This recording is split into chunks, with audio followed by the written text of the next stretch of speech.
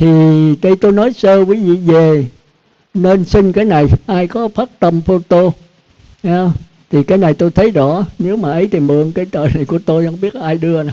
Tôi thấy cái này photo lại cũng 6, 7, 8 lần vậy đó nha. Thì 6 xúc thân thì tôi xin giảng sơ ha. Thì ở đây tới là xúc là người trời, trời dục giới. Thì xúc đây là cõi người, có ý chí, có nghiệp, cải sửa. Thành ra chưa có ai là gia. Chúng ta phải hiểu đặng mà biết rành. Rồi tới cõi trời dục giới, tức là giữ 5 giới. Cõi người có 3 giới thôi, tức là sát sanh, trộm cắp, tà dâm. Chưa có nói dối là uống rượu. Cái nói dối uống rượu khó giữ à. Thành ra thường thường cõi người. Rồi tới ý xúc. Ý xúc là qua cõi trời dục giới, bắt đầu có ai lại gia. Chúng ta thấy người chưa có ai lại gia, tức là có nghiệp mà chưa có linh hồn, chưa có kinh nghiệm, kiến thức, ký ức. Tới mà ý xúc của cõi trời dục giới là 5 giới. Thành đó quý vị giữ 5 giới là khôn hơn cõi người. Cõi người có 3 giới, tức là có ý chí cải sửa. Thì đó trong Thủ Lăng Nghiêm quý vị thấy đó, là người là 5 tình 5 tưởng. Lúc thì thắng, lúc thì bại. Ăn thua, lúc thắng, lúc bại. Còn qua cõi trời thường thường là cải sửa thành công, ít có thất bại. Cõi người 5 thắng 5 thua. Thì quý vị phải để ý cái Thủ Lăng Nghiêm rất hay, rất hay. Quý vị coi lại, hôm trước tôi có giảng đó. Trần là địa ngục, vô gián là 10 tình hết, chưa có tưởng nào hết. Thành ra như cái thây ma. Thành ra nó không là cái cơ quan làm phát hiện cái gì được hết, nó là cái cõi tình không à. Rồi tới căn, tức là mắt tai mũi lưỡi, có một tưởng mà 9 tình. Thì bắt đầu có sự sống. Do có sự sống cho nên ngạ quỷ mới mượn mắt tai mũi lưỡi để phát ra một cái dễ chịu, khó chịu, dửng dưng, không dễ không khó, lờ mờ. Tức là chưa có tư tưởng, chỉ có cảm thọ thôi. Rồi tới cái đầu óc thì bắt đầu cái đất nước lửa gió tinh tế hơn. Nó cũng là căn, nhưng mà nó khác với mắt tai mũi lưỡi. Quý vị để ý cái chỗ đó. Cái óc mình luôn luôn nó di tế. Chúng ta thấy là cũng là đất nước lửa gió, nhưng mà cái thân của Đức Phật nó khác. Còn cái thân của người, của cây cỏ nó khác. Cái thân của loài thú nó khác. Thân người ta khác. Mà người ta có giữ 5-8 giới này kia, cái thân nó thơm hơn. Còn mấy người nhậu á, thì chúng ta thấy cái thân ô rình hả. Thành ra cũng là thân, cũng là đất nước lửa gió. Nhưng những người ác, những người ăn uống mà nhậu nhẹt, thì chúng ta thấy đến chịu không nổi. Thành ra những người mà nhậu rượu hút thuốc lại tôi chịu không nổi. Có mùi nói ra cái mùi mình thấy mình nghẹt rồi. Còn mấy cô cũng vậy, mà thoa son rồi phấn quá đến tôi mà ở dưới gió là tôi chạy rồi. Cái mùi nó kỳ lắm. Cái gì nó thơm mà nếu mình thấy là nó hôi rình à. Hôi rình à, tùy theo người. Cũng như là mà ở đâu thì quen đó. Cũng như mấy người mà ở cầu chữ Y đó, nước Thú Quắc à, mà họ xuống dưới họ tắm. Tôi chạy xe tôi đứng trên đó, lúc tôi đi học tôi dòm xuống rồi nói trời ơi, như vậy mà tắm được. Họ tắm lặn ở xuống đó mà nước đen thúi, mình hửi nó có cái mùi hôi đó, mà họ tắm tỉnh quen à. Thì mình phải biết là ở đâu thì nó quen đó. Như súc sanh là trâu bò nó hôi rình à, mà mấy đứa con nít mà đi chơi nó không có gội đầu nó hôi trâu. Giống vậy đó, mình chịu không có nổi. Thành ra các cõi mà giới cao hơn thì cõi đó thanh tịnh hơn. Cho tới cõi trời 8 giới là người ta có hào quang đấy. Nếu mà người ta tu nhập định 8 giới mà phải là cái tâm 8 giới nữa. Thì quý vị thấy đây là 5 giới thì mới có nhãn xúc. Tới mà nhãn xúc là mới cõi người thôi, mà tới ý xúc thì bắt đầu là cõi trời dục giới. Quý vị coi cái bản này nó rành. Rồi qua tới nhãn thọ là 8 giới đây. Nhãn thọ, nhĩ, tỷ, thiệt, thân thọ thì là 8 giới. Rồi qua tới ý thọ là 8 giới, bắt đầu chuyển qua ý ái. Ái là 10 giới. Thì quý vị thấy càng giới càng cao thì cái tâm mình theo đó cao. Thành ra Đức Phật mới lấy trung đạo là cõi thọ, tức là 8 giới. 10 giới thì muốn thành Phật dễ hơn nhưng mà khó. Khó là tại sao? Tại cái tâm thức người ta quá cao. 10 giới là người ta đi tới tứ không, hư không vô biên, thức vô biên, vô数, phi tưởng, phi phi tưởng. Cái này tôi phải giảng riêng nữa. Khi đó thì tôi có giảng sơ, thì thấy ông Thiện Cánh viết lại cũng rất rành. Nhưng mà chưa có đủ, nó còn sót nhiều chỗ, rồi phải giảng riêng. Còn cái tứ thiền thì tôi phải giảng cho kỹ lại. Tứ thiền là 8 giới thôi. Còn tập tu tứ thiền, đó là người trời dục giới, thì cái đó nó chú trọng về 5 triền cái. Rồi tới cõi trời sắc giới chú trọng về sơ nhị tam tứ thiền, thì nó không khác với cái kia, nhưng mà nó phải nối liên tục, nó có nhập có xuất. Còn cõi trời dục giới thì chưa có nhập xuất được. Còn nhập lưu, nhất dẫn lai bất lai thì không có vấn đề nhập, mà cũng không có vấn đề xuất nữa, không có vấn đề xuất. Thì cô Liên Trà cô hiểu lầm cái chỗ đó, không có nhập lưu mà nhập định rồi xuất định. Nhập lưu làm gì có nhập có xuất, nó hiện với nó ẩn thì nó khác. Còn nhập xuất là phải có điều kiện. Cũng như con mắt mà muốn đi tới A La Gia phải 9 điều kiện. Cái lỗ tai 8 điều kiện, thiếu một điều kiện trong đó là cái thấy không hiện, cái nghe không hiện, thì cái đó là nhập xuất. Còn cái lặng lẽ mà khi mà nó hiện thì nó bao trùm hết, nó thấy hết tất cả. Rồi khi nó ẩn rồi thì cái hiện tượng giới, cái chu kỳ hiện ra, thì cái sát na nó ẩn. Nhưng mà những người tu cao thì cái chu kỳ họ vẫn sát na như thường, mà sát na vẫn chu kỳ như thường, thì cái đó là những bậc cao bất lai A La Hán trở lên, chúng ta phải hiểu. Thì cái đó bữa khác tôi giảng lại. Do đó quý vị đi sâu, quý vị mới thấy là cái tôi đưa ra, quý vị trả lời không phải là sai, nhưng mà trả lời chưa đụng tới A La Hán được. Mới có nhập lưu nhất dẫn lai thôi, quý vị còn tùm lum ở trong đó. Thì tôi chưa có sửa gì hết. Thì tôi muốn quý vị học lại cái bài kinh 66. Rồi sau quý vị thấy tự nhiên nó sáng tỏ thôi. Bây giờ tôi giảng quý vị cũng không hiểu, nhưng mà học lại cái bài kinh 66. Thì cái này là tôi thấy, tôi năn nỉ mà cũng như bắt buộc mỗi người phải trả hết. Cũng như 5 giới, 5 điều ác, 5 điều lành, và tiến trình 5 quẩn, mỗi người phải trả thuộc lòng. Còn cái bài mà trả bài đó, trả không trả thì tôi, cái đó là cái trạch pháp của quý vị. Tức là quý vị có cái hiểu biết rồi quý vị trình bày lại thì được. Còn cái này là con đường giải thoát của quý vị. Đây là vấn đề sanh tử trong cái thời mạt pháp này, thì quý vị phải học nó thuộc lòng.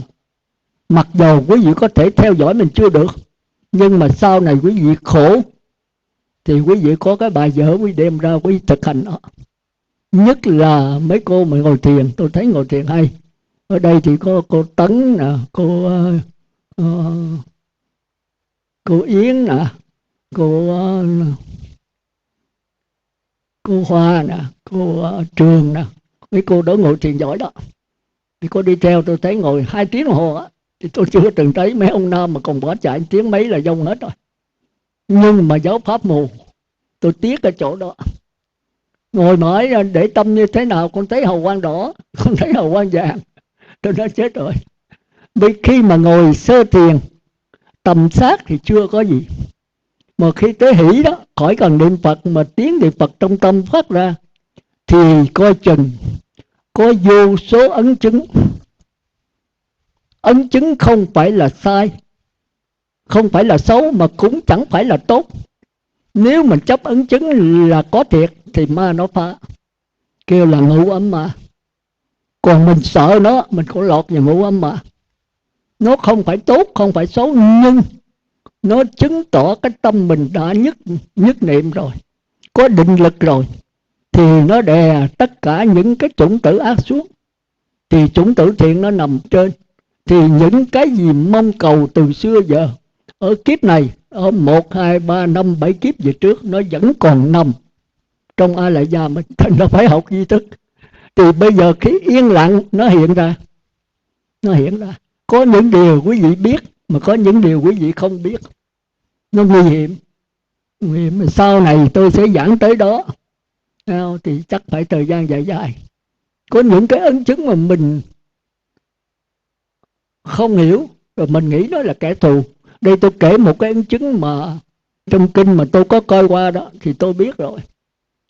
Thì có một vị thiền sư, một vị thiền tăng đó, thiền sinh đó, ngồi thiền. Khi mà lặng lẽ vô chừng tiếng mấy 2 tiếng rồi thì thấy có một con nhện nhện bự hiện ở trước mắt mình. Bắt đầu nó nhỏ, rồi lần lần nó lớn, rồi lần lần nó thật lớn, cái nó cứ nhào tới mình hoài. Ông sợ quá. Ông xả ra thì mất. Mà khi ông ngồi mà thanh tịnh lại yên lặng rồi ông nhập vô thiền thì nó lại hiện ra. Mà nếu càng nhập lâu thì nó hiện càng to. Nó cứ nhào tới mặt ông hoài, ông sợ. Ông xả thiền thì nó hết. Mà khi ông ngồi thì nó có. Ông tức quá. Ở đó ông mới lấy cái con dao theo. Ông nói nếu con nhện nhện này hiện ra là mình đâm nó chết. Chứ bây giờ mình cứ ngồi cái bỏ hoài, đừng ngồi được tiếng ngoài 2 tiếng, mà ông ngồi cái là 5, 6 tiếng mà chưa kịp gì là nó hiện ra. Ông sợ quá, cứ thấy nó nhào tới mình hoài. Ông định đâm nó. Thì nhớ là ông thầy. Bây giờ ông thầy lúc có đây ở sư phụ mình trước khi mày làm mày hỏi sư phụ mình coi cái đó là cái gì. Ông mới qua đắp y qua bạch với sư phụ. Con ngồi thiền con thấy con nhìn nó nhỏ, mà con ngồi chừng tiếng mấy 2 tiếng nó hiện lớn, mà con ngồi nữa nó hiện càng lớn riết, còn nó bự bằng cái nhà, nó nhào tới con sợ quá. Con xả thiền thì hết, mà con ngồi lại nó có nữa. Bây giờ con không thể tiếp tục được. Cái sức con là ngồi 5, 7 tiếng mà mới có tiếng mấy 2 tiếng là nó hiện ra. Ông thầy ông cười. Ông nói bây giờ con tính làm sao? Nó bạch sư phụ con đem cái dao theo. Giờ nó hiện ra là con đâm nó. Chứ bây giờ con biết cái đó là sát sanh. Nhưng mà vậy là con, cái trình độ con không tiến nữa rồi, làm sao? Tại là con giết nó, mà con còn tiến trên con đường đạo quả được. Ông thầy ông cười. Ông nói thôi, giờ thầy chỉ con vậy, con đừng đem con dao nữa. Con lấy cái cục phấn á, con đem theo. Khi nào nó hiện ra con gạch ngay cái bụng nó. Nghe không? Rồi con xả thiền rồi con lại đây. Lại đây thầy chỉ cho con. Thì ông cũng nghe lời thầy, ông đem dao lên cục phấn theo. Con nhện nó hiện ra, ông lấy cái chữ thập, ông gạch cái chữ thập ngay cái bụng con nhện nhện. Xong rồi ông về cái ông trình cho ông thầy.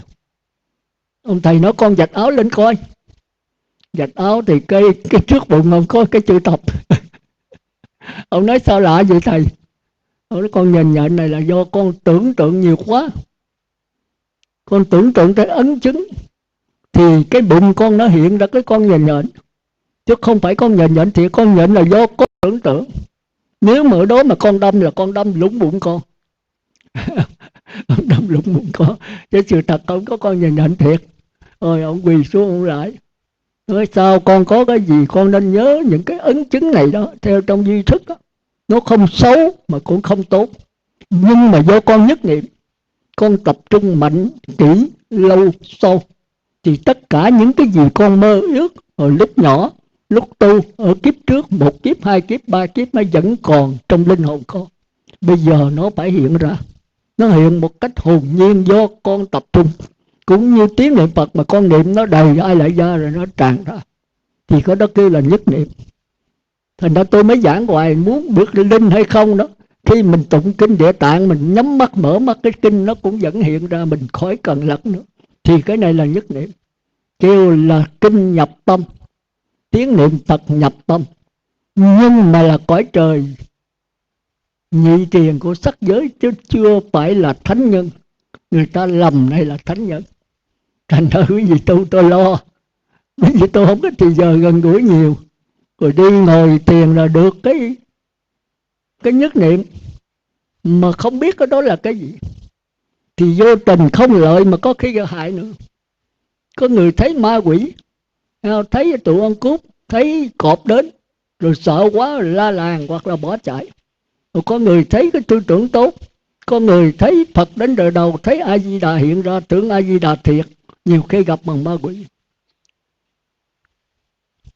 Rồi mình đi theo nó ngủ ấm ma có người rồi trở nên điên khùng khùng. Rồi đổ thừa là kêu bằng tẩu quả nhập ma vậy. Thật ra không có vấn đề tẩu quả, mà vẫn có hay không là do mình, chứ không phải là tu thiền mà có tẩu quả. Do cái giáo pháp không rành cho nên mới xảy ra đủ điều chuyện hết. Thành ra tôi dạy vậy tôi lo, vì tôi đi qua rồi, nó có hàng trăm hàng ngàn ấn chứng. Nhưng hồi xưa bị tôi coi Thủ Lăng Nghiêm rồi, mình cứ coi như cái tuồng hát. Đừng có thích, đừng có ghét, đừng có mong cầu nó còn, mà đừng mong cầu nó mất. Cứ để tự nhiên như coi cái tuồng hát truyền hình. Cái A Lại Gia mình là cả một cái truyền hình, cả một cái trận chiến tranh trong đó. Nó là hiện tượng giới mà. Nó chứa chủng tử ác, chủng tử thiện, chủng tử vô ký, chủng tử niệm Phật tùm lum trong đó. Thành ra tôi thường nói niệm 1000 tiếng được 500 tiếng nhớ Phật, 500 tiếng nghĩ tùm lum. Thì vô trong đó 500 tiếng, nếu cái trước mà không tu nó tiêu diệt hết 300, còn có 200. Đó là tôi giảng theo duy thức, mà tôi thấy nó đúng vậy. Mà chính tôi đã có ngồi qua rồi. Thành ra hiện tượng giới thì tôi bảo đảm tôi có thực hành trong đó. Sơ nhị tam thiền tứ thiền thì tôi không mới rành, vì đó tôi cũng tu mù thôi. Nhưng bây giờ coi lại tôi biết cái trạng thái hồi xưa của tôi. Thôi tôi nói cái gì thôi, còn cái Bát Nhã thì tôi đầu hàng nha. Nhưng mà tôi thấy trong kinh là tôi làm được. Bây giờ tôi cũng lặng lẽ theo dõi, mà biết nó mà nó không hết thì cứ cải sửa. Nhưng biết mình đang cải sửa, giữ lấy cái biết. Còn nếu nó chấm dứt thì lặng lẽ nhìn nó. Thì trong kinh Đức Phật có nói đó, có dạy như mình coi nhiều kinh là mình gáp nó lại, bập bềnh nó rồi mình nối gáp lại. Đức Phật có gọi là chúng ta phải dùng tư tưởng tốt mà đuổi tư tưởng xấu, rồi chúng ta mới chặt đứt các dây xiềng để tới niết bàn. Cái này cũng trong kinh Đức Phật, kinh Pháp Cú á. Dùng tư tưởng tốt mà đuổi tư tưởng xấu. Nếu tư tưởng xấu thì làm sao mà nhận nó thấy rõ nó được? Không thấy rõ được, nó mờ mờ. Mà dùng cái ánh sáng mà chiếu, ánh sáng mà yếu quá thì nó quá tối, chiếu không rõ. Thì chúng ta phải dùng tư tưởng tốt mà đuổi, làm cho cái bóng mờ này trở nên sáng một chút. Rồi từ đó chúng ta mới dùng cái hào quang của chúng ta yếu, ta rọi nó thì thấy rõ nó. Thấy rõ tức là cái mờ mờ biến mất, nó thành hào quang. Thì cái Bát Nhã là hiện với ẩn. Khi mà mặt trời ra rồi thì sao trăng phải lặn hết. Lặn đây không phải là mất, nó ở đó. Khi mặt trời lặn rồi thì nó hiện ra. Thành ra vấn đề Bát Nhã không có nhập, không có xuất, mà là ẩn với hiện. Ẩn hiện nó khác với nhập xuất. Nhập xuất là tôi chưa có, tôi cải sửa. Tôi dùng pháp môn đối trị, tập trung mạnh, kỹ, lâu, sâu. Tôi đè những cái ác xuống, còn những cái thiện. Thì cái thiện là hình thức của cái ác. Thiện hơn cái ác, rồi cải sửa nữa thì thiện hơn cái ác nữa. Thì cải sửa nữa thì lẫn quẩn tới cõi trời phi phi tưởng. Thì thôi bây nhiêu thôi, giờ tới quý vị trả bài. Kỳ tới là chúng ta gặp nhau, chúng ta đi sâu. Lúc này tôi đi hơi sâu á, tôi không nói ấy nữa mà tôi đi thẳng vào sâu chi tiết, để rồi có thể cạo đầu quý vị nó dễ dàng chút. Thì quý vị làm biến quá. Thì bài kinh sáp về coi ha. Cái đầu đó là mắt với sắc trần thì nhãn thức. Thì mắt đó là địa ngục hữu gián, kêu là sinh lý. Sắc trần là vật lý, địa ngục vô gián. Nhãn thức đó là ngạ quỷ, có cái biết mà chưa có tư tưởng. Rồi tới ý căn, đây là cái đầu, chứ chưa có dây thần kinh ốc. Pháp trần, đây là sửa sắc thân đơn vị xúc cho nó rõ hơn, kêu là pháp trần. Cái này không có ai giảng, tôi nói đó giờ không thấy ai giảng. Tôi bảo gan, tôi nghiền ngẫm hoài, tôi trăn trở giờ tôi thấy rõ. Thì pháp trần tức là sắc thân đơn vị xúc, lờ mờ làm cho nó rõ hơn chút. Là bởi vì có tư tưởng vào đó, thành ra kêu là ý thức, tức là xúc sanh. Có tư tưởng nhưng mà chưa có sự cải sửa, tức là chưa có nghiệp, thì vẫn còn rõ nhưng mà cũng còn lờ mờ. tới qua tới nhãn xúc. Nhãn xúc của cõi người là có nghiệp, có sự cải sửa. Tôi đã giảng rồi, cũng như con chim làm ổ thì trăm năm ngàn năm về sau cũng vậy, mà con người đã bắt đầu cải sửa.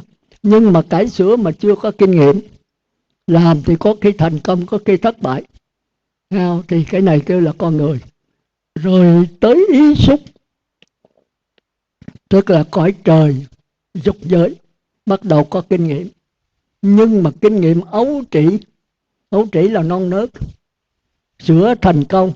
Nhưng mà 10 chuyện thành công 6-7 chuyện, còn thất bại 2-3 chuyện. Còn cõi người thì thành công 5, thất bại 5. Chúng ta phải nhớ trong đó. Coi Khử Lăng Nghiêm thì chúng ta hiểu. Tới qua tới ý thọ, tức là kinh nghiệm già dặn. Kinh nghiệm già dặn khá. Thành ra ta làm 10 chuyện thành công hết 8-9. Thì đó kêu là ý thọ. Tức là quý vị phải nhập sơ thiền, nhị thiền, tam thiền. Nhập chứ không phải là thấy 1-2 tiếng, 2 năm 10 phút nữa mà nhập vào đó. Có thể 7 năm, 700 năm, 7.000 năm. Thì cái tuổi thọ quý vị có 700-7.000 tuổi. Thì cái cõi này nó có tới là 18 cõi. Sơ thiền 3, nhị thiền 3, tam thiền 3, tứ thiền tới 9 là 18 cõi. Thì sao tôi phải giảng lại. Còn tới ý ái. Ý ái đây là qua tới tư tưởng đây. Tức là cõi bất lạc bất khổ thọ. Bất lạc bất khổ thì thật ra không phải là thọ, nhưng mà thật sự nó vẫn là thọ. Thọ vững dưng. Mà vững dưng là như thế nào? Thì khi tới gặp nhau chúng ta đi sâu vào nữa. Kêu là thọ vô ký. Mà vô ký có địa ngục cũng có, ngạ quỷ cũng có, mà cõi người trời dục giới cũng có, mà cõi tứ thiền sắc giới cũng có, mà nhập lưu nhất dẫn lai bất lai cũng có, mà A La Hán cũng có, Bồ Tát cũng có, mà Như Lai cũng có. Mà khác nhau sao? Thì hôm trước tôi có giảng trong cái câu thứ 9, thứ 10 gì đó, nhưng mà chắc quý vị quên hết rồi. Thì chúng ta phải giảng lại mà cho rành hơn. Thì đại khái như vậy. Thôi bây giờ chúng ta tạm dừng ở đây. Bây giờ trả bài vậy. Tôi xin thưa anh chút là chúng ta trả, còn một số chưa trả. Nhưng mà có người dường như không chịu. Không chịu thì thôi, tôi không bắt buộc. Vì đây là vấn đề sanh tử của quý vị mà. Mỗi người phải trách nhiệm lấy cái số phận của mình. Nhưng mà trả vài lần nữa hết. Thì đúng ra còn trả lần thứ nhì là mấy người gạo cội đó. Nếu có thì giờ thì tôi kêu một ít thôi. Còn nếu trả qua rồi mà thấy cái hiểu biết quá kém thì tôi một lần thôi. Còn mấy người nào khá thì tôi kêu trả lại để tôi dò cái ai lại ra coi có thể xuất sư không. Tức là có thể dẫn một số người mới. Vì đây có một số người mới rất nhiều, mà họ nghe pháp tôi họ nghe không hiểu đâu. Bị đa dạng. Cái mẫu giáo tôi đi qua rồi. Bây giờ tôi đang lớp 9, lớp 10. Tức là đi sâu vào cái con người của mình. Thì tất nhiên phải nhờ một số đi trước giúp đỡ cho họ. Thì đại khái là như vậy. Thì xong rồi đó. Thì chúng ta học hết. Giỏi dở gì cũng phải trả cái bài kinh 66. Tức là 15 hạng chúng sanh. Thì trong đó có 6 căn, 6 trần, 6 thức. Đó là 4 đường ác, địa ngục, ngạ quỷ, súc sanh. Rồi 6 xúc là của người trời dục giới. Rồi 6 thọ là sơ nhị tam thiền của sắc giới. Và 6 ái là tứ thiền sắc giới và tứ không. Thì đủ hết rồi đó. Thì chúng ta sẽ coi nhập lưu. Thì nó tương đương với cõi 4 đường ác. Nhất giảng lai thì thấy rõ được người trời dục giới. Bất lai thì sẽ thấy được sơ nhị tam thiền. Tới A La Hán mới thấy hết. Thì một cái bát nhã, một cái tư tưởng nó khắng khích nhau, giống như 2 ly nước mà tôi đã kể kinh trước. Thì chúng ta bắt đầu đi sâu vào đó. Vậy thì quý vị về nhớ kiếm cái bài này coi lại cho kỹ, thấy không? Bây giờ chúng ta bắt đầu trả về những cái 3 bài. Thì tôi lập sơ lại. Cái thứ nhất đó là cái bài của Huệ Năng. và Quyền Giác. Thì đây là hai cái tổ, tức là Quyền Giác cũng đã chứng đắc rồi. Ông tu về chỉ quán đó, tức là Thiên Thai Tông mà chỉ quán là cao ạ, tức là không giả trung đấy, nhưng mà không có thầy. Thành ra sau khi gặp Quyền Sách là đệ tử của Huệ Năng, hai ngài mới trao đổi nhau, thì thấy Bát Nhã rặt rồng đấy, tương ưng nhau. Thì Quyền Giác mới nhờ Quyền Sách thọ ký cho mình. Quyền Sách nói tôi không dám, tôi là đệ tử của Huệ Năng. Thì ngài có thể đến Huệ Năng, thì Huệ Năng linh động hơn, tức là có chiều sâu hơn tôi nhiều. Thì Quyền Sách mới dẫn Quyền Giác tới Huệ Năng. Thì đây là cuộc đối đáp giữa Huệ Năng và Quyền Giác. Thì sau khi gặp tổ rồi đó, thì Quyền Giác thì không tin là tổ chánh cống. Với tổ chánh cống là không có pháp môn. Thành ra ngài mặc áo chùa cánh tay giống như các sư, đó là cung kính bên Ấn Độ đấy. Ngài đi chung quanh tổ 3 vòng, xong ngài xá bà xá. Bà xá tức là không có kính đó. Bởi vì cái gì mà gặp mấy ông thần, mấy bà chúa xứ rồi đó, quý vị đó tỏ giới rồi thì có thể xá, thắp nhang rồi xá, đừng có đại. Lại là mất cái pháp tam quy, tức là phải thọ tam quy lại. Đó, thì ở đây cũng vậy, ông không có kính lắm, ông đi qua vòng ông xá thôi. Thì lục tổ biết ông này chắc có cái gì, mới hỏi là đại đức từ đâu đến mà tự cao quá vậy, ngã mạn quá vậy. Ông nói sanh tử là việc lớn, vô thường mau chóng lắm, ở đó mà lễ lại. Cái sanh tử là cái quan trọng của người tu, mà ở đó mình lễ lại. Thì tổ mới nói sao mà không ngay cái sanh tử nhận lại cái vô sanh, sao không ngay cái vô thường mà liễu tri cái chân thường. Thì ông trả lời liền, đây tôi nói vắn tắt rồi ha. Thì nhận lại tức là vô sanh, mà liễu tri tức là chân thường. Tổ khen đúng vậy, đúng vậy. Bây giờ ông mới lại, không có pháp môn. Không biết là ông này tổ không có pháp môn, không từ từ không lấy ra, và ngay cái sanh tử đó mình nhận cái vô sanh, ngay cái vô thường mà tùy thuận, thì đó là chân thường. Rồi sau khi lễ xong cái thì ông xin ở lại hầu tổ. Tổ đồng ý. Đối chừng 2 tiếng đồng hồ ông xin tổ ông về. Thì tổ mới nói, mới thử, ông này mới đến mà mình mới thử chưa có đi sâu. Thì chúng ta thấy cuộc đối đáp đó, nếu mà quý vị không học bài kinh 66, quý vị không đi sâu 15 mạng chúng sanh, quý vị không biết đối đáp cái gì. Thì tổ đi cái cạn, đi tới sâu, đi tới đụng A Lán mới thôi. Thì mới thọ ký, nãy là mới đi sơ sơ về nhập lưu thôi, quý vị đâu có thấy chỗ đó. Thì tổ mới thử nữa đó. Cái ông này mới đến mà mới thử có cái bất tử là có quả nhập lưu thôi. Còn nhất dẫn lai bất lại A La Hán chưa có thử tới. Thì bây giờ tổ mới hỏi về sao mà chống thế, về sao mà mau quá vậy. Thì Huyền Giác biết là tổ chơi mình, nó vốn mình chẳng động mà lấy cái gì chống chạy. Con người có hai thân, một cái bát nhã, một cái tư tưởng, cái hiện tượng giới, một cái bản thể, một cái sát na, một cái chu kỳ. Sát na thì đâu có đi đâu, còn hiện tượng là phải có đi. Thì nó vốn mình chẳng động mà lấy cái gì mà chống chạy. Tôi đâu phải sống bằng hiện tượng, tôi sống bằng bản thể mà. Tôi sống bằng bát nhã. Mà bát nhã thì tôi với tổ ngàn năm mà không có đời nhau, không bao giờ rời nhau trong gan tấc. Còn hiện tượng thì mặc dù xa nhau. Thì nói về sao chống thế. Ông nói vốn mình chẳng động mà lấy gì có chống chạy. Thì tổ mới hỏi ai biết không động.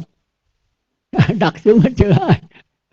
Thì Huyền Giác nói tự tổ sanh tâm phân biệt, tự ngài cái dòng nước linh hồn nó chảy về ngài chặt làm hai cho có sống.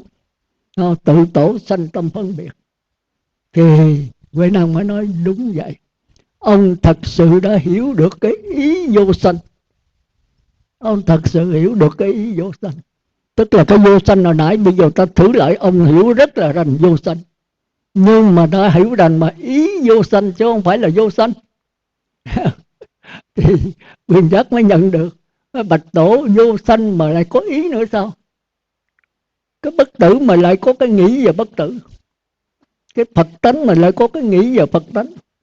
cái dòng nước mà lại có cái chu kỳ của dòng nước. Thì tôi nói vô sanh há có ý sao, thì tôi mới đẩy thẳng vô nữa. Hồi nãy 1, 2 vô đi tới 3, hồi nãy nhập lưu nhất lai bất lai rồi đi thẳng tới là vậy. Không ý thì ai phân biệt đây? Ông nói không có ý, vô sanh há có ý nữa sao? Tôi nói không ý thì ai phân biệt đấy? Ý là tư tưởng, ai là con người của tư tưởng, phân biệt là ông nội của tư tưởng. Ba cái đều là tư tưởng hết. Vậy là thánh nhân không có thân, không có người, không có tư tưởng, không có người đối tượng của tư tưởng.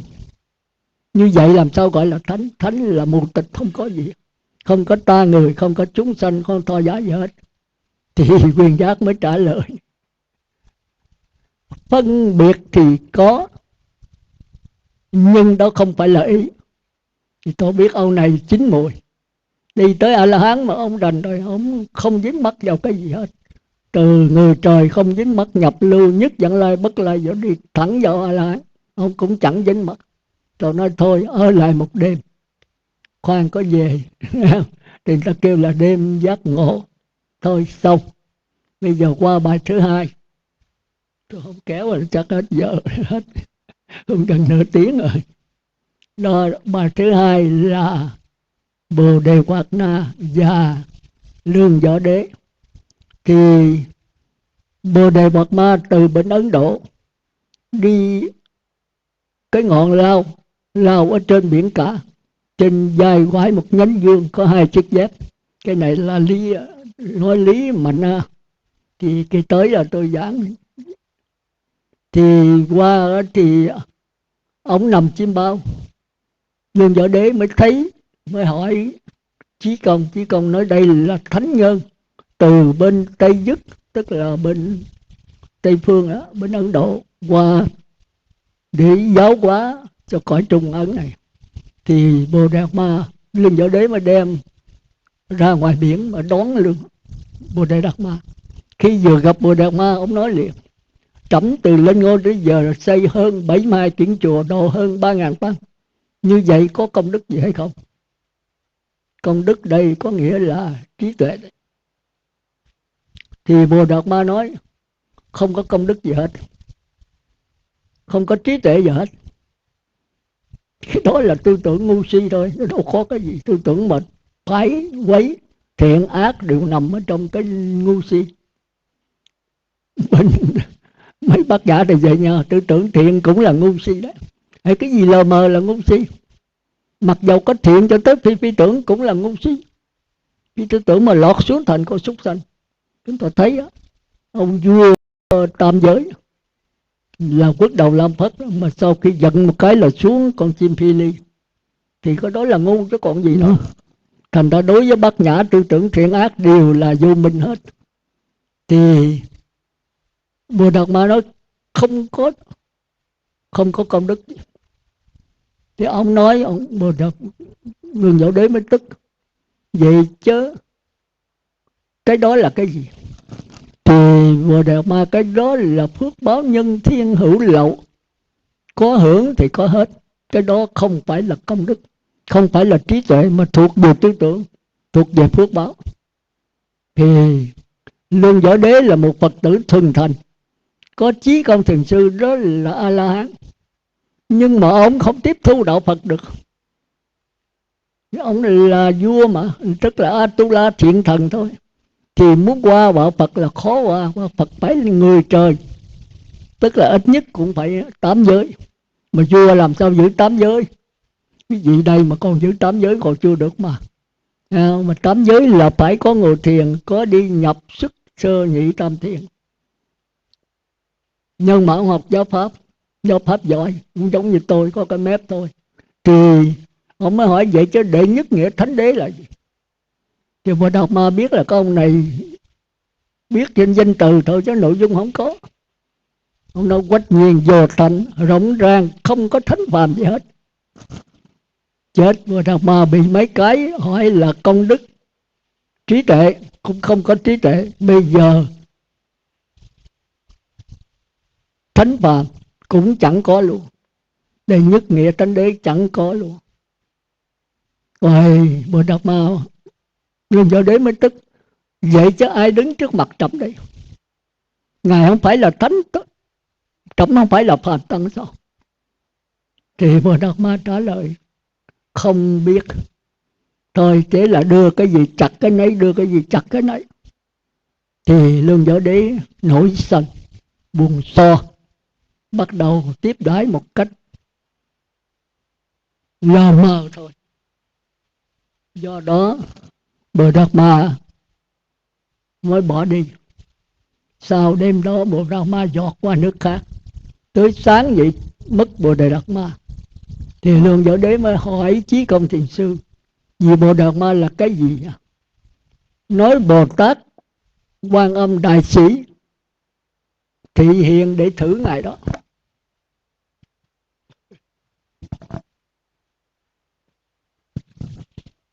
Thì Lương Võ Đế mới tức, dậm chân, nói chậm có mắt cũng như đuôi, có tai cũng như điếc. Thì lập tức cho quân lính đi tìm Bồ Đề Đạt Ma. Nhưng than ơi, con chim đại bàng nó vỗ cánh bay rồi, thì mấy con sẽ biết đâu mà kiếm. Thì câu chuyện còn dài, nhưng mà khi khác, vì bữa nay em có thời giờ để trả bài, khi nào có rảnh tôi lập khúc sau. Lúc sau thì hay hơn, mà sâu sắc hơn, triết lý mạnh mẽ hơn, nghe không? Bây giờ tôi kể qua câu chuyện thứ ba, thì cũng là tư tưởng Bát Nhã thôi. Rồi sau này tôi còn kể thêm một vài chuyện nữa để cho quý vị thấy sáng tỏ. Câu chuyện độc đáo nhất đó là tôi có kể rồi, vì vậy là chuyện Đức Sơn với Long Đàm, thì quý vị có nghe, nó cũng là tư tưởng Bát Nhã đấy. Thì bữa nay tôi kể câu chuyện trong Nam Tông, hai cái câu chuyện đó là trong Bắc Tông, ở đây là Nam Tông, tức là trong Trung Bộ Kinh. Thì cũng vậy thôi. Tôi thấy là dầu Nam Tông Bắc Tông thì cái tư bờ trận Bát Nhã cũng vậy thôi, nhưng cái cách giải thích có khác. Khác là khác ở chỗ đó. Cũng như giới định tuệ, tôi ăn cúp cũng có giới định tuệ mà nó giải thích khác. Rồi chánh quyền cũng như học sinh thì cũng giới định tuệ vậy, nhưng mà giải thích nó khác. Còn tới Nam Tông cũng giới định tuệ mà giải thích khác. Còn tới Bắc Tông cũng giới định tuệ mà giải thích khác. Thì Khổng Tử cũng có giới định tuệ, Tiên cũng có giới định tuệ, nhưng mà cách giải thích nó khác. Chỉ có Đạo Phật giải thích một cách đầy đủ, rõ ràng và chi ly giữa bốn đường ác, bốn đường thiện, bốn tiểu thánh và ba bậc tam tôn. Đại khái là như vậy. Thì đây là câu chuyện thứ ba, tức là giữa Xá Lợi Phất và Phú Lậu Na. Phú Lậu Na thì nổi tiếng là biện tài vô ngại. Biện tài vô ngại tức là đối thoại đối đáp này ngài rất là sáng tỏ. Còn cái trí tuệ đệ nhất là Phú Lậu Na, là Xá Lợi Phất. Còn thần thông đệ nhất đó là Mục Kiền Liên. 10 vị đại đệ tử đều có 10 cái độc đáo tương đương với Như Lai, tức là gom 10 ông này lại nhập một mới bằng có Phật Thích Ca thôi. Đại khái là vậy. Thì nghe danh mà chưa thấy mặt, thành ra bữa đó nghe nói Đức Phật ngự tại cái giường Cô Cấp Cô Độc, thì Phú Lầu Na mới trở về đó thăm Đức Phật. Xá Lợi Phất cũng trở về nghe tin cái vô đó kiếm Phú Lầu Na. Nhưng mà cái vườn nó rộng tới cả 100 mẫu mà. Xưa Đức Phật ở một cái vườn cả 100 mẫu. Chúng ta ở đây có 1 mẫu mà thấy nó rộng vậy, mà cả 100 lần như vậy. Thì sau khi vô lễ Đức Phật xong rồi, Xá Lợi Phất mới vô tìm Phú Lầu Na. Thì mỗi vị ngồi dưới gốc cây. Thì Xá Lợi Phất đi tìm, thì thấy cái ông Phú Lầu Na cái mặt rạng rỡ, cái vẻ oai nghi chỉnh chạc, chắc là ông này.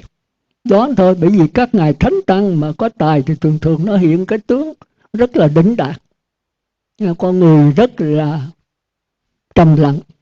Thì ông thấy ngồi thiền đó mà trầm lặng, thì ông nghi con này chắc Phú Lầu Na. Ông mới ra phía sau lưng đó, ông ngồi đợi Phú Lầu Na xả thiền. Thì sau cơn thiền định Phú Lầu Na xả thiền ra, thì Xá Lợi Phất mới lễ Phú Lầu Na. Phú Lầu Na lễ lại, hai bên xá nhau. Thì Xá Lợi Phất hỏi Ngài ngồi thiền đây để làm cái gì? Cái mục đích Ngài thiền định để làm gì? Na nói là để giới thanh tịnh. Thì Xá Lợi Phất hỏi giới thanh tịnh phải chăng là mục đích cái cứu cánh của Niết Bàn mà Ngài sắp sửa hiến đến? Nói không, giới thanh tịnh là để đi tới tâm thanh tịnh. Thì Xá Lợi Phất hỏi tâm thanh tịnh để đi tới cứu cánh của đạo Phật? Nói không, tâm thanh tịnh là đi tới kiến thanh tịnh. Phải chăng kiến thanh tịnh là cứu cánh đạo Phật? Nói không, kiến thanh tịnh là đi tới đoạn nghi thanh tịnh. Phải chăng đoạn nghi là cứu cánh? Cũng không phải, đoạn nghi là để đi tới đạo phi đạo tri kiến thanh tịnh. Phải chăng đạo phi đạo tri kiến là cứu cánh? Là không, để đi tới đạo tri kiến. Phải chăng đạo tri kiến là cứu cánh? Không, đi tới tri kiến thanh tịnh. Rồi phải chăng tri kiến thanh tịnh là mục đích cuối cùng của đạo Phật? Nói không, đi tới vô thủ trước bát niết bàn. Hết, tới đây vô thủ trước là còn chỗ nào đi nữa. Thì đại khái là như vậy. Thì nghe xong Xá Lợi Phất tán thán: tôi chưa từng thấy ai mà giảng rành như Ngài. Rành như Ngài. Xin hỏi tôn giả, xin hỏi hiền giả phải chăng là Phú Lậu Na? Bây giờ mới hỏi thấy giảng hay quá. Nói thưa hiền giả, đúng tôi là Phú Lậu Na. Nói Ngài giảng nghe thiệt là danh bất, gì đó cái danh bất hư, như cái tiếng khen mà không thật sự, cái danh đồn không sai ngoa. Tiếng đồn Ngài rất hay, mà lại đây gặp con người thật sự, con người cũng là như cái tiếng đồn không sai. Thì Phú Lậu Na mới hỏi lại: tôi chưa từng thấy ai hỏi mà rành như Ngài. Nó hỏi là tâm giới thanh tịnh mà Ngài không chịu, mà có tới tâm thanh tịnh Ngài cũng chưa chịu. Ngài nói tới kiến thanh tịnh. Phải chăng Ngài là Xá Lợi Phất? Xá Lợi Phất nói đúng, tôi là Xá Lợi Phất. Phú Lậu Na nói ra: trời ơi, tôi nghe tiếng đồn về Xá Lợi Phất hôm nay là tôi múa rìu qua mắt thở, xin sám hối với Ngài. Thì hai người mới là lễ nhau. Thì câu chuyện đó tới đó hết, tạm ngừng. Thì tôi xin lặp lại vì có thời giờ nó quá ít. 7 giai đoạn, thêm giai đoạn cuối cùng là 8 giai đoạn, kêu là trạm xe. Thứ nhất là giới thanh tịnh. Cái này tôi có giảng 2 kỳ ở trong bữa mà bác quan trai đó. Thì bây giờ quý vị về suy nghĩ lại, nó cũng là tư tưởng Bát Nhã thôi chứ không có gì. Giới thanh tịnh đi tới tâm thanh tịnh, tâm thanh tịnh đi tới kiến thanh tịnh, và kiến thanh tịnh cái thứ tư đi tới đoạn nghi thanh tịnh là thứ tư. Đoạn nghi thanh tịnh đi tới đạo phi đạo tri kiến thanh tịnh là thứ 5. Đạo phi đạo tri kiến thanh tịnh đi đến đạo tri kiến thanh tịnh là thứ 6. Đạo tri kiến thanh tịnh đi đến tri kiến thanh tịnh là thứ 7. Đây là A-la-hán đấy. Rồi đạo tri kiến thanh tịnh đi tới vô thủ trước bát niết bàn tới thứ 8. Đây là Như Lai. Đến đây là chấm dứt. Vô thủ trước bát niết bàn. Vô là không, thủ là nắm chặt, trước là dính mắc. Không nắm chặt dính mắc vào cái niết bàn nữa, tức là tùy thuận giáo hóa một chúng sanh tới vô lượng chúng sanh. Đây là cái mục đích cuối cùng của đạo Phật. Thì Xá Lợi Phất thấy ông này hay quá trời, không dừng ở cái tri kiến. Tri kiến thanh tịnh là tất cả. Tri kiến mấy vị nhớ hay không? Tri là tư tưởng, kiến là cảm giác, tức là diệt thọ tưởng định. Mình coi chừng nha, thọ là cảm giác, tưởng là tư tưởng. Diệt thọ cảm và tư tưởng thì tam giới này không còn. Thì tất cả cái bài học của chúng ta đều là thọ tưởng hết. Mà thọ đó là kiến, tưởng là tri. Tri kiến tức là thọ tưởng. Diệt thọ tưởng định là đắc quả La-hán. Thì quý vị học ngũ phần hương cũng vậy. Giới hương, định hương, về hương, rồi gì nữa? Giải thoát hương, rồi gì nữa? giải thoát tri kiến hương. Tri kiến là tỏ tượng đấy, mà giải thoát tri kiến là sao? Thì quý vị tự ấy lấy. Về tham thiền lại thì bây giờ bắt đầu trả bài. Khi mà vua Lương Võ Đế hỏi Bồ Đề Đạt Ma là từ lúc mà trẫm lên làm ngôi vua, xây hơn 70 cảnh chùa và độ hơn 3.000 tăng. Khi mà ngài đem câu hỏi đó ra hỏi với Bồ Đề Đạt Ma với tổ á, với cái ý nghĩ là cho tổ chứng minh cho mình là việc làm như vậy là có trí tuệ hay không. Một vua Lương Võ Đế là người biết làm phước nhưng mà là một là Phật tử từng hành, có công phu, cho nên trong những lúc cái tâm thức của ngài được trong sáng á, dường như ngài nhận lầm là mình không dính mắc vào những hành động mà mình đã làm, không chấp là việc làm đó. Nhưng mà có một điều là cái sự dường như không dính mắc này á, là do cái tư tưởng mình đè nén, trong sạch đè nén mà có. Còn cái tổ là tượng trưng cho bát nhã, là sự lặng lẽ nhìn vấn đề. Bởi vì khi mà cái vấn đề ở đây là ông vua Lương Võ Đế nhận lầm dường như cái việc làm của mình là không dính mắc, là bát nhã, là sự lặng lẽ, nhưng mà không biết cái phước báo đó là nhân duyên với cái khi ngài tu tập á, cái tâm thức ngài trong sáng thì có những lúc cái ngài cảm thấy cái không có chấp cho cái hành động của mình làm á, thì ngài cứ tưởng là không dính mắc, đây là bát nhã, là sự lặng lẽ, nhưng mà không phải vậy. Dạ con xin hết ạ.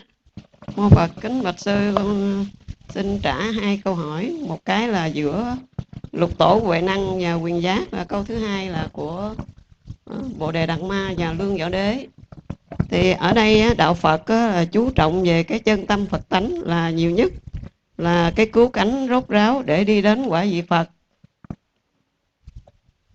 Ở đây cái chân tâm Phật tánh đó là thuộc về tâm bát nhã, thì nó vô lượng vô biên, bao trùm khắp cả, luôn cả vọng tâm, là cái thuộc về tư tưởng, nó có giới hạn và nó có cả sự sanh diệt chu kỳ, có cải sửa.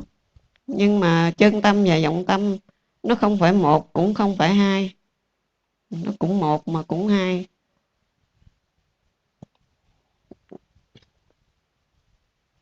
Thì ở đây tổ Huệ Năng đã thực chứng bát nhã một cách toàn diện. Còn Quyền Giác thì cũng là một người đã trải nghiệm sự thực chứng bát nhã, nhưng mà muốn tổ xác minh lại coi có đúng hay không. Thì ở đây trước khi mà con nói thì chỉ có một cái tự tánh phân biệt mà thôi. Tự tánh nó là phân biệt mà không phân biệt, tức là phân biệt bằng trực giác, tức là cái sự lặng lẽ nhận lại cái tiến trình của ngũ quẩn sắc thọ tưởng hành thức sanh diệt từng sát na, liên tục hay không liên tục. Mà muốn nhận được cái tự tánh này thì phải có trải qua cái giai đoạn là chúng ta phải có tu tập, phải thiền định và quán chiếu bằng cách phân tích tổng hợp một cách chi ly. Dù là chi ly cách mấy thì cũng không ngoài cái tùy niệm phân biệt và kế đạt phân biệt, nó là sanh diệt chu kỳ của tư tưởng. Và phân tích đến cái mức độ nào đó thì tư tưởng nó cảm thấy nó bất lực trên con đường giải thoát, thì tự nó im bặt, thì lúc đó là bất tử hiện, thì không có một cái vấn đề gì để mà giải quyết và không dính mắc vào đâu hết. Thì ở đây con xin cho một cái thí dụ. Cái thí dụ là tiếng vỗ của một bàn tay. Thì nếu con là người chưa nhận được cái bất tử thì con sẽ khởi cái tâm lên phân biệt, phê phán, phê bình một bàn tay làm sao mà vỗ được. Ai đưa ra cái câu hỏi này thật là ngớ ngẩn. Và nếu con cứ tiếp tục phê bình, chỉ trích, hay là con cứ cải sửa thì sẽ tiếp tục luân hồi sanh tử. Và qua trường hợp thứ hai là nếu con nhận được cái bất tử thì con lặng lẽ nhận lại cái nghe ở nơi ngay cái câu mà một bàn tay giật tiếng vỗ một bàn tay mà không phê phán, không cải sửa, thì liền đó được giải thoát. Thì bây giờ qua tới cái câu hỏi thứ hai là của Bồ Đề Đạt Ma và Lương Võ Đế.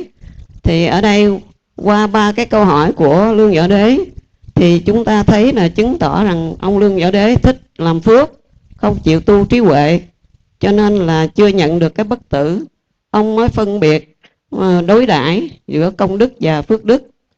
Thì ở đây cái công đức nó thuộc về trí huệ vô lậu của Bát Nhã, còn cái phước đức đó là thuộc về cái phước báo nhân thiên hữu lậu, có sanh diệt chu kỳ, có hưởng là có hết. Thì ngay trong cái phước đức khi chúng ta làm á, lặng lẽ nhận lại, không mong cầu, mà bằng cái tâm thanh tịnh nó không mong cầu, thì phước đức cũng chính là công đức. Thì ở đây không phải một cũng không phải hai.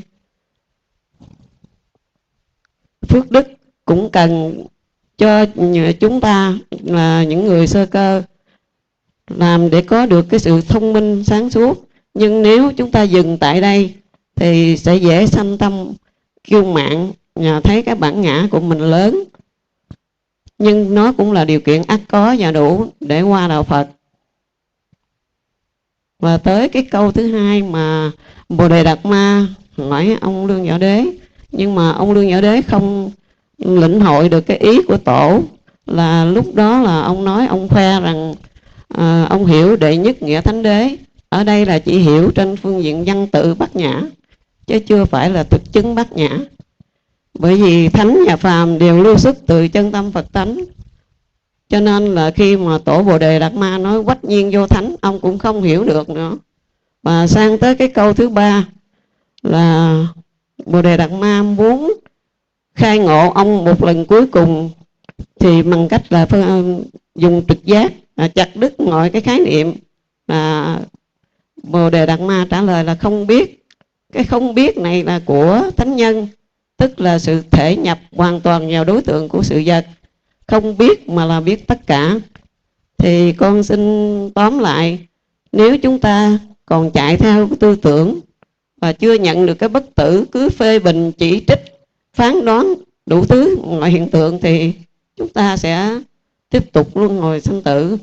Và cái thứ hai, nếu ngay trong hiện tượng sanh diệt mà nhận lại được cái bản thể bất sanh bất diệt, tức là niết bàn tịch tịnh, hay còn gọi là cái thể của Bát Nhã, thì phần tự độ đã xong của các vị A-la-hán. Và cũng chính cái bất tử này khi đã thuần thục thì các vị A-la-hán phải phát Bồ Đề Tâm đi ra giáo hóa chúng sanh, thì gọi là cái dụng của Bát Nhã, hay còn gọi là niết bàn tịch chiếu, tức là giáo hóa từ một chúng sanh cho đến nhiều chúng sanh, và vô lượng chúng sanh từ một cõi cho đến nhiều cõi. Và vô lượng cõi mà thông thấy có một chúng sanh nào được độ, thì lúc đó quả vị Phật mới thành tựu viên mãn. Và kính mừng sư. Vậy thì tới đây xin tạm dừng. Cầu chúc cho Pháp hội chúng ta cũng như toàn thể Pháp giới đều chống giảng sanh cực lạc và thành Phật đạo. Nam mô A Di Đà Phật.